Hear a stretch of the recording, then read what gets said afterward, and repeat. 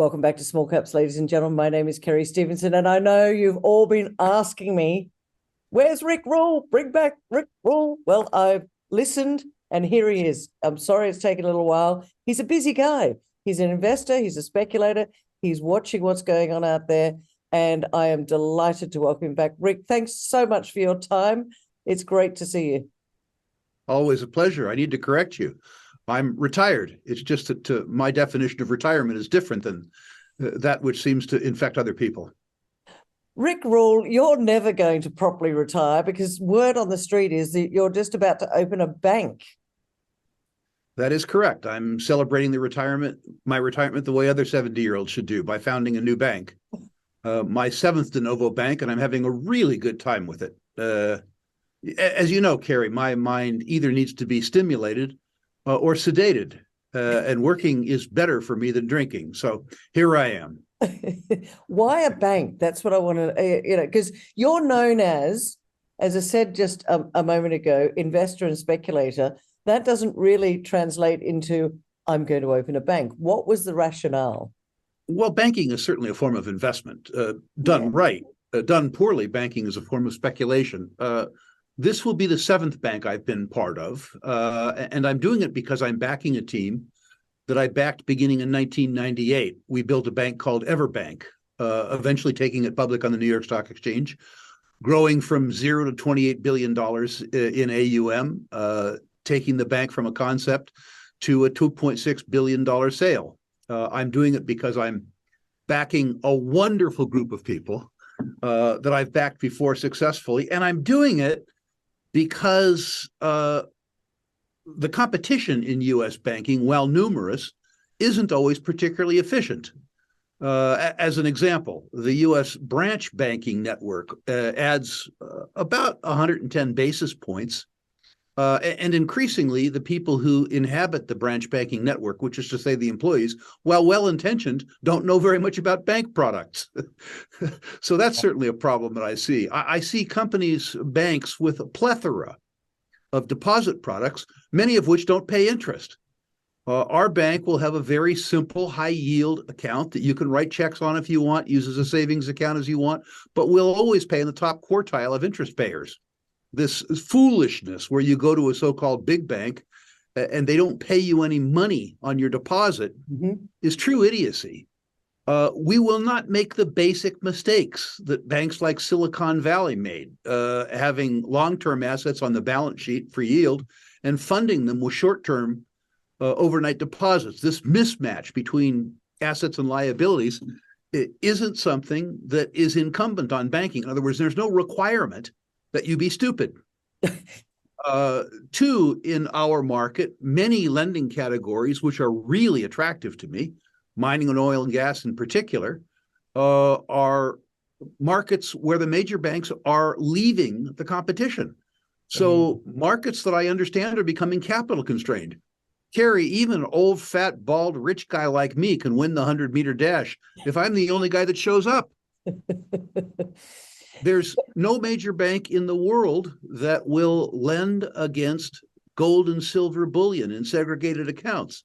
Now, I happen to think gold is pretty good collateral, and I'm looking forward to lending against it. Oh, fantastic. Oh, wow. As you can see, my competitive juices are aroused. Banking is a business near and dear to my heart. I would best describe myself as a used money salesman, so I'm back in the same business. So what's this bank going to be called, and when are you going to be in business? It's going to be called Battle Bank, as in battling for better banking or battling for your banking business. We regard ourselves as a fairly competitive lot.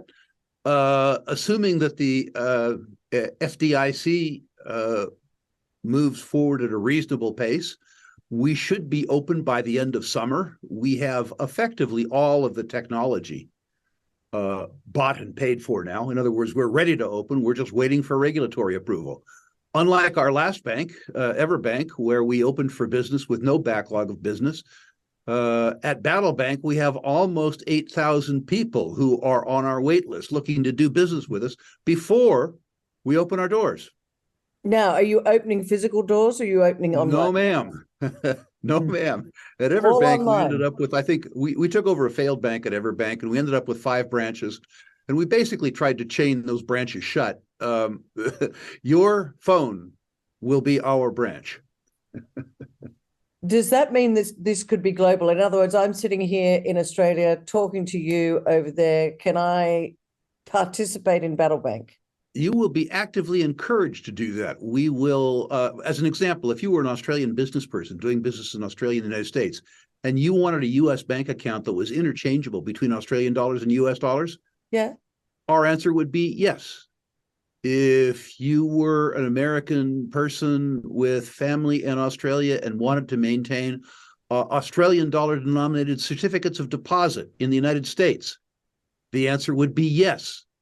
If you were a Canadian citizen who was concerned about the fact that Prime Minister Trudeau froze the accounts of political opponents, but you wanted to bank in US dollars safe from Trudeau, we absolutely would open a Canadian dollar account for Canadians in the US. We look forward to doing every type of banking business that is simultaneously profitable, legal, and moral. I love the sound of it because it sounds like you potentially using technology to give a great customer experience. Because I know, Rick, you always talk about customer service. You know, you can have all the banks in the world, but if you give crappy customer service, people are going to go to the one that's giving good customer service. But I guess my question to you is, what are the challenges around getting Battle Bank underway? Because we now live in a massively, heavily regulated world. I would say that's the challenge. The challenge is that as bank regulations change, the nature of the relationship between institution and customer increasingly becomes governed by government. Yes. It becomes a check the box as opposed to service the customer environment. Yeah. And I think that will be a challenge. I have to say, particularly with the Office of the Comptroller of Currency and the Federal Reserve, that my experience with the regulatory climate in the United States has been surprisingly good. Particularly at the local level, the employees of those institutions have shown themselves to me to be intelligent, hardworking, and caring. At the top, those institutions are much more political and tougher to deal with. But I need to say that the experience I've had with the employees of the regulatory agencies has been surprisingly good.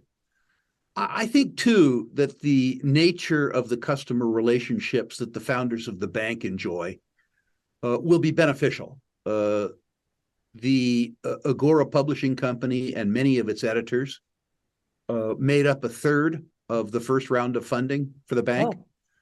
And they talk directly to 1.2 million paid subscribers around the world and 12 million other people around the world.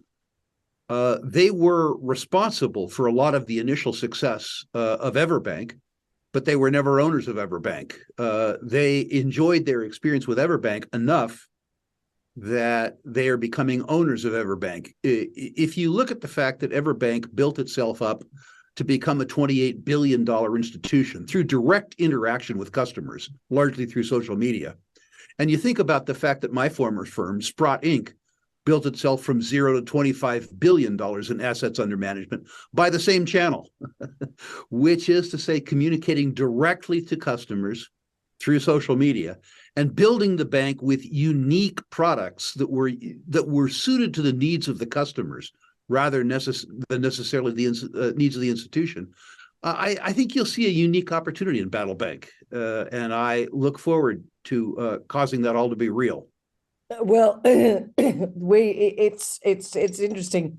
As you said right at the start, you're 70, but you're never going to slow down. And here we are off on Battle Bank. But let's move, if we could, Rick, because I find that fascinating, and keep us up to date with that, because I think that with Battle Bank, you're saying we're going to be fair to the customer. That's what I was hearing in terms. We're going to be more than fair. We're going to earn. We're going to earn our keep. Yeah. Well, speaking of earning our keep, one of the things you said was interest rates within the bank. Now, interest rates here in Australia, I'm speaking to you 2 days after the Reserve Bank here in Australia raised interest rates for the 12th straight time. by another 0.25%. And, last time we spoke, you said as interest rates continue to rise, we could become closer to a recession, in fact, possibly a depression. These interest rates don't seem to be looking at the fact that it's hurting people at the moment. What's your view on where this is all heading? I have two views. I think the Reserve Bank of Australia and the Federal Reserve of the United States should get out of the business of setting interest rates. I think the market should set interest rates. The interest rate today seems high relative to the interest rate that existed 3 years ago, which was itself a manipulated interest rate. Mm-hmm. But artificially low interest rates represent the political manifestation of a war against savers by spenders. Spenders are more numerous than savers. And in a democracy, spenders always vote to penalize savers and benefit themselves. So from the first instance, I'd love to see the Federal Reserve in both countries out of the business of setting interest rates. I must say I am delighted with the response of the American economy and the Australian economy, and in particular the Australian property sector, surviving these higher interest rates. It lets you know how much strength remains in the hands of private parties. The fact that we have been able to endure thus far the impact of higher interest rates is, I think, really, really, really heartening. Now, history has shown, at least the history that we enjoyed, if that's the right phrase, in the 1970s, that the impact of higher interest rates is delayed. Yeah. You don't feel them simultaneously, because confidence continues to exist as a consequence of 40 years of benign interest rates. I'm not saying that we will be staggered later by a punch that we feel today. I am positively impressed by the strength of the economy, but I am still afraid of the impact of higher interest rates in every sector of the economy, including the private sector of the economy. In economies like the United States at the federal level, where the last time we had dramatic interest rate rises, which was the 1970s, government debt was only 20% of GDP, gives one cause for concern when on-balance sheet government debt now is 110% of GDP. One wonders about the debt service capabilities of many individuals and many institutions. But I need to reiterate the fact that I'm amazed and pleasantly surprised by the resilience of the economy in the face of a higher cost of capital. But you also said that there's a lag effect, so I wonder whether or not that the truth will come out further down the road. And we all know that just a few days ago that the US or President Biden signed off on raising the debt ceiling. What is it? Raising the nation's debt limit, which is now at just over $31 trillion. And I love this, will ensure the government can keep borrowing to pay debt already incurred. I mean, I read this, Rick, going, wow, it's like a cartoon. You know, it's interesting, and you describe it as a cartoon correctly. People are concerned about the debt ceiling, and they're not concerned about the debt. Yeah. Now, Carrie, let's say for fun that you took leave of your senses and went on a 3-month bender. Maybe an attractive idea. If you exceeded your credit limits and you called ANZ or whoever you bank with and said, I'd like to raise my debt ceiling, I don't suspect you'd get a warm welcome. But if the bank and the borrower are the same, which is the case with the government, all of this concern about the debt ceiling and no concern about the debt. That's what I can't work out. A cartoon describes it perfectly. I suspect what it is that many citizens believe that they have the right to the benefit of the government, while at the same time wanting to deny the government's depredation on their own purse. That's all I can think of. To me, the debt ceiling is complete theater, and the whole issue is spending and the expectation on the part of the citizenry that their due services that are paid for by their fellows or more importantly, of course, by their children and grandchildren. Mm. And therein lies the massive issue. Rick, is there going to be a central bank digital currency come in which completely wipes this out and we start again? Now, Carrie, that really scares the hell out of me. Yeah, it scares the hell out of me too. The idea of a central bank digital currency, particularly if you combine it with artificial intelligence and social scoring, the way the Chinese are doing, with a central bank digital currency as opposed to with cash, or better yet, gold, if they don't like the way you think and act, they can cancel your money. Yeah. Now, my government can get angry at me, but if they can't find me and I have a bunch of cash in my pocket, they can't do much to penalize me. But with a central bank digital currency, they could say Rick's money is no longer. And you've seen some of my posts on social media. I'm afraid they might do just exactly that. Yeah. Anything that gives the government more control over my own wealth, my own behavior, and the free interaction between members of society, I think is a very dangerous thing. I had hoped in my 20s that the advent of technology would give people access to more freedom and less reliance on government. But this central bank digital currency is probably the single scariest development in my lifetime. Is it going to be in our lifetime? Is it that close, do you think? I don't know the answer to that. This is going to make me sound like a complete American ratchet head. The only thing that gives me cause for confidence is that there's 450 million guns in private circulation in the United States. And we have a history going back in time of if you push us too far, we push back. And my hope is that if the big thinkers think about the possible reaction of Americans when they've been pushed too far, that they will be encouraged to prudence, if not by their faith in the American populace, then by the existence of 450 million means of self-protection.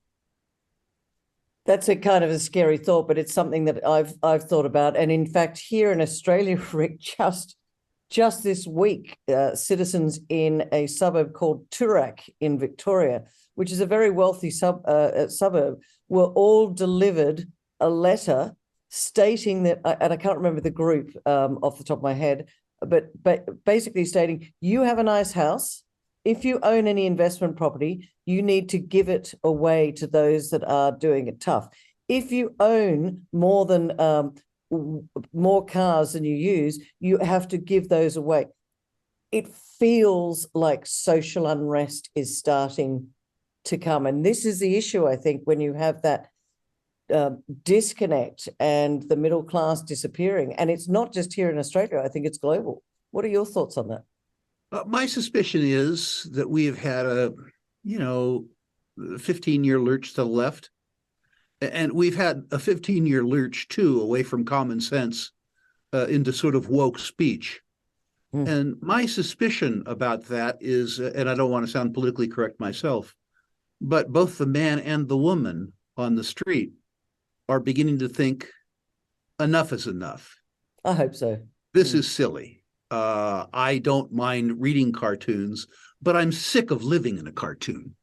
And I have no particular interest in having my family's future determined by a bunch of big thinkers who don't know how to define a woman, as an example, or people who believe that they have the right to distribute your property as you, as opposed to they see fit. Yeah. And I'm actually very heartened. I do a lot of mentoring of young people, as I think you know. Yes. Yeah.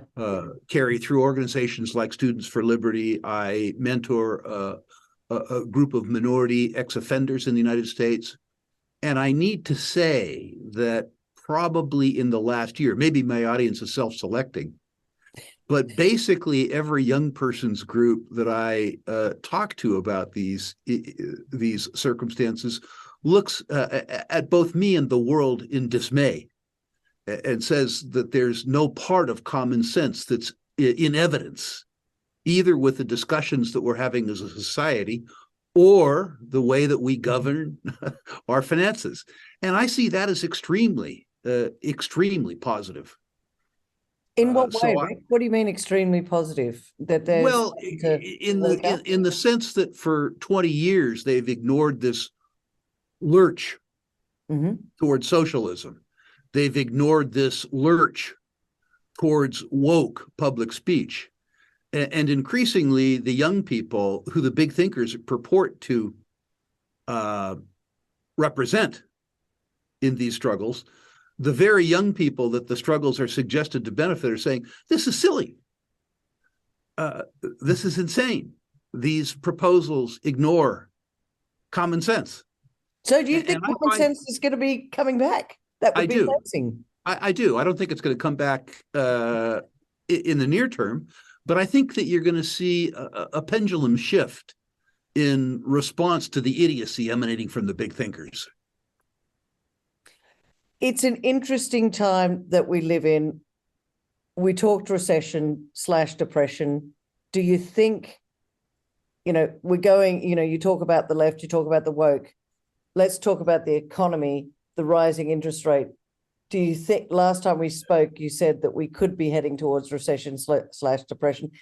It's not being talked about, but it feels like we're already there. In my heart of hearts, I think we're going to have a recession. I'm not an economist, but I don't think that the rules of economics or the rules of cyclicality have been ruled out. I think that beginning in 2022, that we've begun a very different epoch than the one that existed in the period 1982 to 2022. I think we had 40 years of benign economic climate. Okay. The consequence of that is that we enjoyed the benefits of workplace inclusion. Again, I don't want to sound too woke, but I think that was a good thing. Yeah. We certainly enjoyed lower interest rates, and we enjoyed an internationalism. We enjoyed the urbanization of 650 million Chinese, as an example. I think that period is over. I'm not saying that the world's going to go to hell in a handbasket, but certainly the period of declining real interest rates is over. Yep. I think increasingly the world is setting up into nationalistic economic blocs that will attempt to serve the self-interest of politicians inside these blocs rather than humankind as a whole. So I think that the climate is going to be less benign than it has been.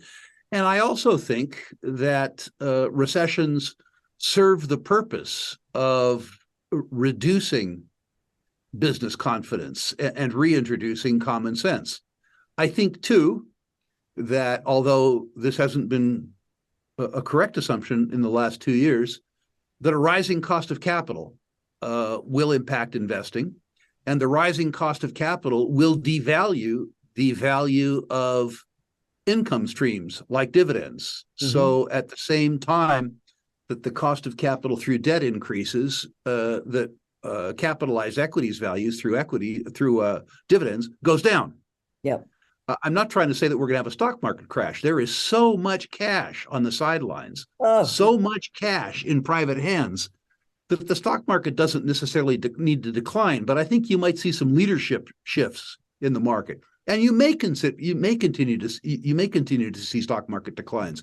But I do believe in my heart of hearts that we're due for at least a slowdown in the general economy. That isn't to say that I've stopped investing. A person who's a pessimist at age 70 does not start a bank. I think the future of humankind is wonderful, but I think there's probably a reckoning between here and there. And certainly if you look at the free cash balances in my personal account, you'll see that I've been overall playing defense and building up fairly large cash balances. That's interesting, because I think you've also said recently that when it comes to recession/depression, commodity prices will, as a result, decrease, which sounds to me like it's not a good time to be getting in the market right now.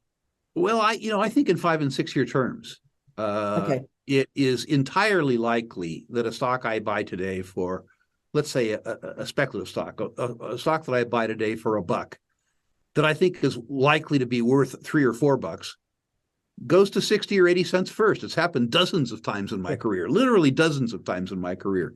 And it's sort of, I don't mean to say it's irrelevant, but I look at two sides of the coin. I can see demand for commodities decreasing in the near term as a consequence of a recession. But if I look in the longer term, 4 to 5 years, demographics, 8 billion people on Earth, urbanizing increases demand. And I see supply inexorably declining. We have, as a species, underinvested for 30 years in the productive capacity around a whole range of extractive commodities, copper as an example. You have a circumstance where the productive capacity, Christ, Carrie, it's as old as me, long past its prime. So I see a circumstance, where while the near term is cloudy, the longer term, and I'm not talking about 50 years from now, I'm talking about 5 years from now or 6 years from now, is stupendously bullish. Across all commodities? Not across all commodities, but certainly across the commodity complex. I also look at a circumstance personally where I liquidated my own portfolio of developed real estate.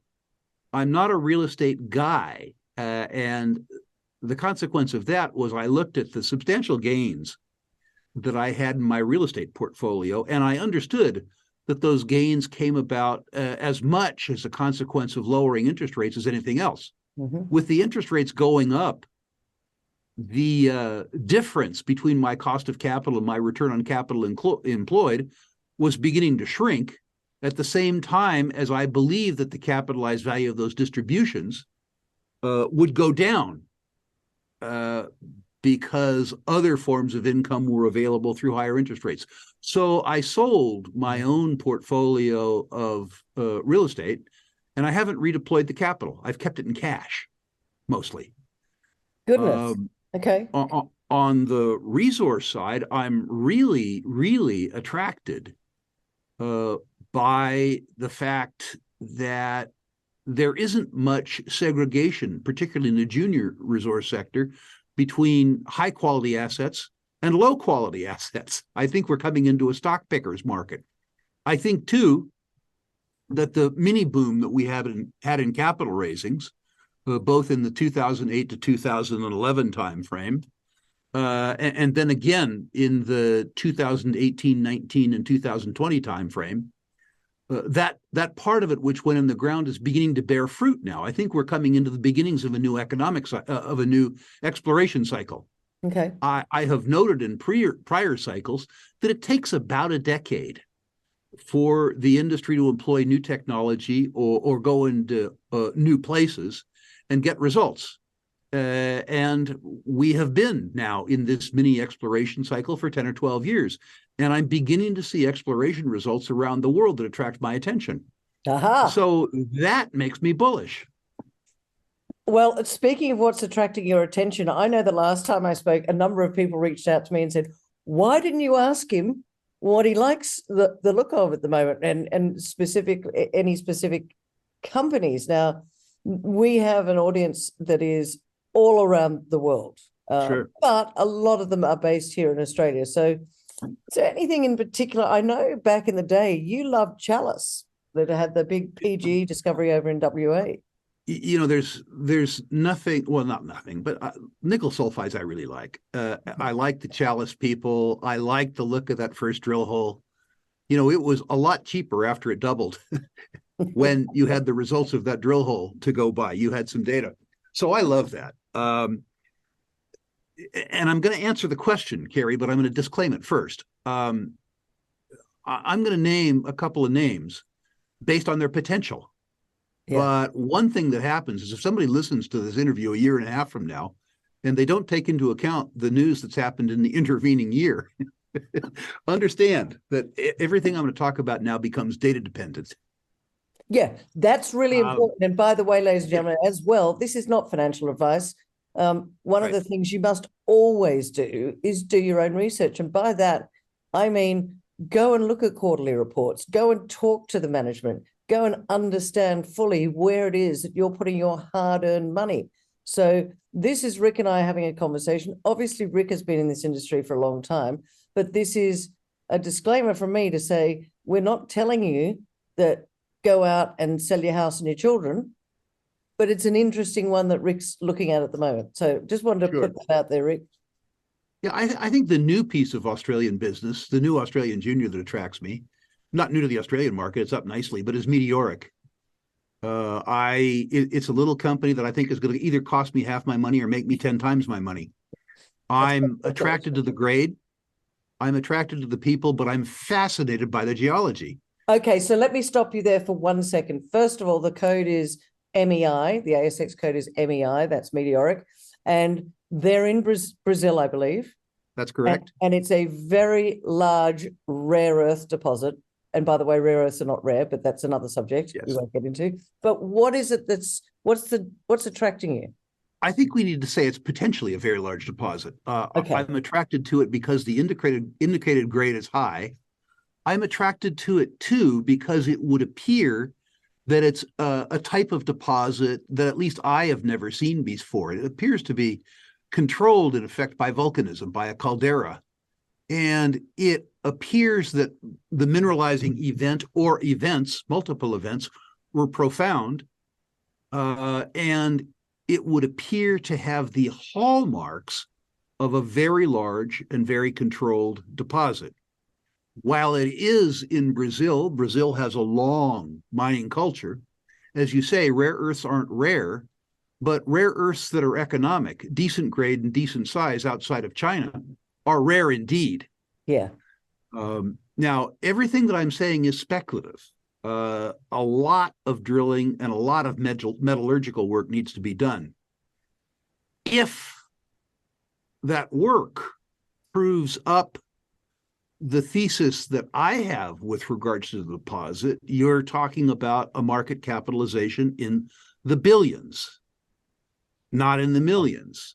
Wow. I love circumstances where a fairly small market cap is explained because of the unknowns, where I think that there's a strong possibility, if not a probability, that the thesis can be proven to be true over time. It will take, make no mistake, 3 or 4 or 5 years for the value of this deposit to be understood by the market. And lots could go wrong. If the things do go wrong, I think that they'll unfold slowly enough that rather than losing all my money, I'll lose half my money. And Carrie, this will not be the first time I have lost half of my money on an exploration speculation. Yeah. But I think if I'm right, this adds a zero. And adding a zero is really what speculation is all about. So think about that. Just for fun, let's do the arithmetic. Let's say that there's a 60% chance that I lose half my money. Okay. And let's say there's a 40% chance that I make 10 times my money or 15 times my money. If you juxtapose the risk to the reward on an algorithmic basis, you would take that bet as many times as you could possibly get it. Of course. If you could afford the loss of half your money, which I can. Yeah. And that's the thing. But I think also a lot of people, they get a loss like that, Rick, and they then turn around and say, oh, that's it, I'm done. Not understanding that it's kind of goes along with the territory in a way, especially in that sort of more speculative end of the market. You can make spectacular returns, but you have to be prepared for the losses. Carrie, in the first interview that you and I did, I don't know if you remember about it, for small cap, but we talked about a lesson that I learned in Australia. And that lesson would have been learned in 1998, I think, at Diggers and Dealers in Kalgoorlie. I came upon a very strange, very bright, very hardworking guy named John Borshoff. And he talked me into buying a bunch of shares of a uranium company when most folks couldn't spell uranium, called Paladin at 10 cents. Yeah, that's right. Yeah. And I got a lesson. That stock went from 10 cents to 1 cent. I was facing a 90% loss. Now, if you're down 90%, Carrie, you don't have a hold. You have a buy or you have a sell. Those are your two choices. Yeah. Revisited my premise, gulped twice, bought more stock, and watched that stock go from a penny to $10. I'm not suggesting that the meteoric experience will be that dramatic. I'm just suggesting that if you really are a speculator, you aren't playing for 20% wins or 30% wins. You're playing for 1,000% wins or 2,000% wins. And if you're playing for wins in that order of magnitude, first of all, you can't expect to garner them over a long weekend. They take 4 or 5 or 6 years. And secondly, they expose you to breathtaking risks. And you have to be prepared, both financially and psychologically, to take those risks. How important is the psychology of this rather than the financial? I mean, clearly financial is important, but the psychology of this, I think, is equally important. Before I retired from money management, third-party money management, I had two very wealthy family offices as clients who could easily afford risk. But the psychological trauma around risk was such that I wouldn't let them do it. I just didn't want to hear them bitch. I only allowed them into those investment opportunities where I wouldn't have to field their phone calls when the simple inhale and exhale of equity markets caused them to be up 5% or down 6%. There are people, listen, if the essence of wealth is enhancing your sense of well-being, and you're not financially attuned to either volatility or risk, you should avoid it. There's not enough money to make to accommodate you being uneasy with the process of making money. You're making money to feel better, not to feel worse. Yeah. So I think people do need to take themselves into account. Now, the truth is, by temperament, partially I'm a speculator. Yeah. As I told you, Carrie, if I lost half the money in this speculation, it wouldn't be my maiden voyage. This is not, in American parlance, my first rodeo.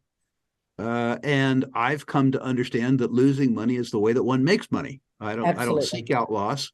Yeah. But certainly I understand that it's part of the process, and I welcome that part of the process. Rick, we don't have a lot of time left, but I do want to ask you this. This was a question that came up from our previous one. It's around uranium and right. The new technology, the thorium salt reactor breeder technology. Have you heard about this? And I guess I have. And I guess a quick view on the uranium market. The uranium price has strengthened a little bit. It's gone over that, I think, $56 a pound. Your former people, Sprott, they've got the Sprott Uranium Trust that's buying up. So what's your thoughts? Are we going to start wake up and realize that uranium is a fantastic energy source? I'm hugely bullish about uranium. And I think that the beginning of the breakout year in uranium will be 2023, the year that we're in. Okay. I think that will occur because the Japanese nuclear industry is restarting. Mm-hmm. These aren't plants that need to be built. They're plants that are already built. They need to be turned on. It isn't inventory that needs to be bought. It's already owned. It's inventory that won't be sold. When you talk about a U.S. spot price at $56, up from, depending on when you start, 20 or 50, you don't look at the real price in uranium, because increasingly uranium transactions are taking place in the term market and the contract market, which is opaque, and is at a premium to the spot market. I would suggest that if the spot market is at US 56, the real price in the uranium market that you're seeing today is 60 or 62. Right. And that's the sort of magic point at which the existing uranium producers go from losing money on an all-in basis to making money on an all-in basis. It's also the level at which the higher quality new deposits can be financed into production. It's the catalyst price, if you will. I suspect that the price of uranium goes much higher. I suspect that the price of uranium in real US dollar terms goes to at least $75, but that doesn't happen in 2023. With regards to thorium and with regards to fusion, I think these are technologies that are valid technologies in 20 or 25 years. Right. The thorium question has been around the uranium business for at least 20 years. Thus far, thorium has been efficacious for selling investment newsletters and nothing else. Right. It has generated a lot of interest, but when you look at the reactors that have been built, hundreds of billions of dollars have been spent on uranium technology, and almost nothing has been spent on thorium technology, which would suggest that so far the technology is of use to academics and newsletter editors. My suspicion is that 20 or 25 years from now, we will see the commercial application of thorium in reactors. I think the net present value of that information to the uranium industry is zero. Because cash flow that happens 25 years from now, at any discount rate at all, is worth nothing today. What do you look for when you're looking for companies? We mentioned Meteoric, and that's you like that. You mentioned nickel sulfides, you like those. We haven't talked about gold, but before we get on to gold, what do you look for when you're looking at a company? Is it management? Is it project? Is it both? Yes and yes. I don't look to be kind of right. I look to be real right. I'm not interested in small mines, even small high-grade mines. If I'm going to take the risk inherent in exploration, I want to hit the ball in American parlance way out of the park if I hit it. Yeah. So I want in situ mineral values at today's prices in the US $3 billion range as a minimum. In other words, I want a big target. I want a big deposit. And I want a management team that's been successful before. I have to pay a premium for that, and I'm willing to. Success does not conformably align. There are people who have had 10 successes, but there are a whole bunch more people who haven't had any successes at all. So I want to invest with people who have been successful, and I want their success to be directly related to the task at hand. If somebody has made money for me, discovering and building gold deposits in Western Australia, and all of a sudden they're looking for lithium in Argentina, those successes are very different, and I take a very jaundiced view. If, by contrast, they've been successful building gold mines in Western Australia, and lo and behold, they want to build a gold mine in Western Australia, I'm all ears. You're all ears. Okay, that's interesting because there's a couple out there, and you are coming to present at the Australian Gold Conference at the end of August. So that's going to be exciting. We'll talk about that in a moment. But what do you think's happening with gold? I think right now confidence is high, and so I think that gold is struggling. Okay. For whatever reason, I'm not really sure what the reason is. Maybe it's higher nominal interest rates, which means that more money is going, as an example, into U.S.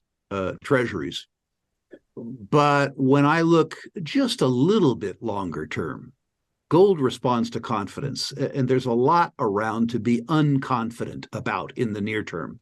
The most important of which is, of course, negative real interest rates. While money is flowing into short-term treasuries, we've talked about the arithmetic before. The benchmark U.S. Treasury is yielding what, 4? Yeah. The Congressional Budget Office suggests that the deterioration of the value of the U.S. dollar in real terms, purchasing terms, is about 7. So they pay you 4 in a currency where the purchasing power is declining by 7, meaning that you lose 3% a year compounded. Yeah. If anything ought to diminish confidence, it's the fact that the U.S. government absolutely positively guarantees to reduce your wealth by 3% a year compounded for 10 years. The first promise, by the way, Carrie, that my government has made me that I believe that they will keep. Another thing that would cause impartial observers concern, and I'm talking about the U.S. dollar's competitor for gold price right now, is precisely the on-balance sheet liabilities of the United States government. $32 billion. Trillion, I'm sorry. I missed 3 zeros. Trillion. Yeah, I missed 3 zeros. Yeah. That's what happens when you get old. And then the off-balance sheet liabilities of the U.S. government, Medicare, Medicaid, Social Security, another $100 trillion. It's insane. It is truly insane. The increasing central bank fondness for gold. My suspicion is that central bankers know they're broke and they assume all their peers are broke. And so they don't want to own each other's paper, particularly when that paper pays a negative real interest rate. So they go into gold. And finally, gold's market share is ridiculously low. In the US, we've talked about this before. The market share of precious metals and precious metals related assets relative to other savings and investment assets is 0.5%. It's ridiculous. The 4-decade mean is 2%. Wow. Okay. So if negative real interest rates, debt and deficits, quantitative easing, which is really counterfeiting, if all those things are enough to give one concern, gold doesn't need to win the war against the Treasury. It doesn't need to win the war against the Australian dollar. It just needs to lose less badly. If all of those things merely propel gold's market share to the 4-decade mean, which is 2%, up from 0.5%, demand for precious metals quadruples. And that's precisely what I think happens over the next 5 years. I was going to ask for your time frame on that one. So over the next 5 years. Okay. Rick, let's finish it off. You've got a conference coming up in Boca Raton, Florida. I'm excited. Last time you and I spoke a year ago, I was excited then. And I have to tell you, ladies and gentlemen, I went. It was fabulous. And as Rick said at the beginning of the conference, this is unlike any other conference. Get your notebook out, write a ton of notes. Rick, I found my notebook and it is literally absolutely jam-packed with notes I took from your conference. And the final comment goes to you, Rick, to tell people why you think they should turn up at Boca Raton. I'm going to be there. That's why you should turn up. Rick will be there. Yeah, that is why you should turn up. That is one reason why you should turn up.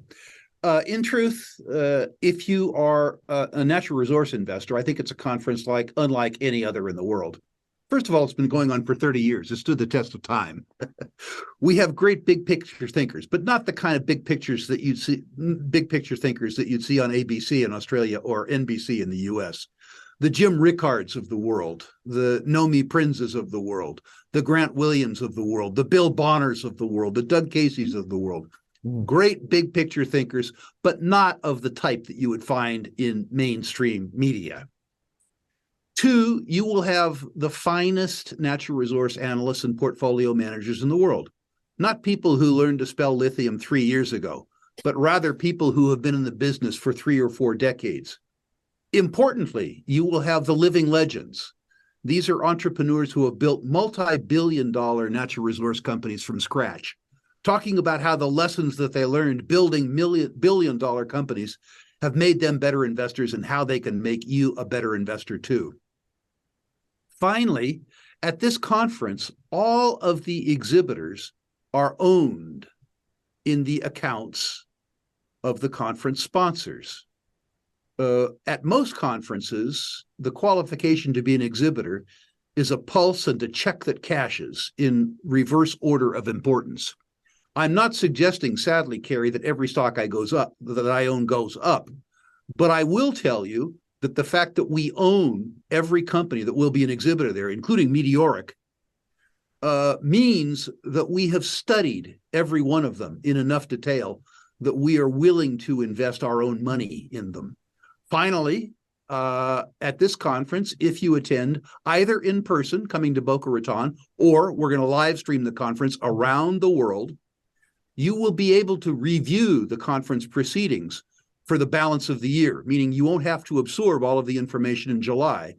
You'll have access to it again and again and again, which you'll need. And finally, if you pay to come to the conference, either live or virtually, and you don't think you got your money's worth, just email me. No questions asked. I'll give you your money back. We've done that for 30 years. We've had to refund less than 1/10 of 1% of the tuitions charged over 30 years.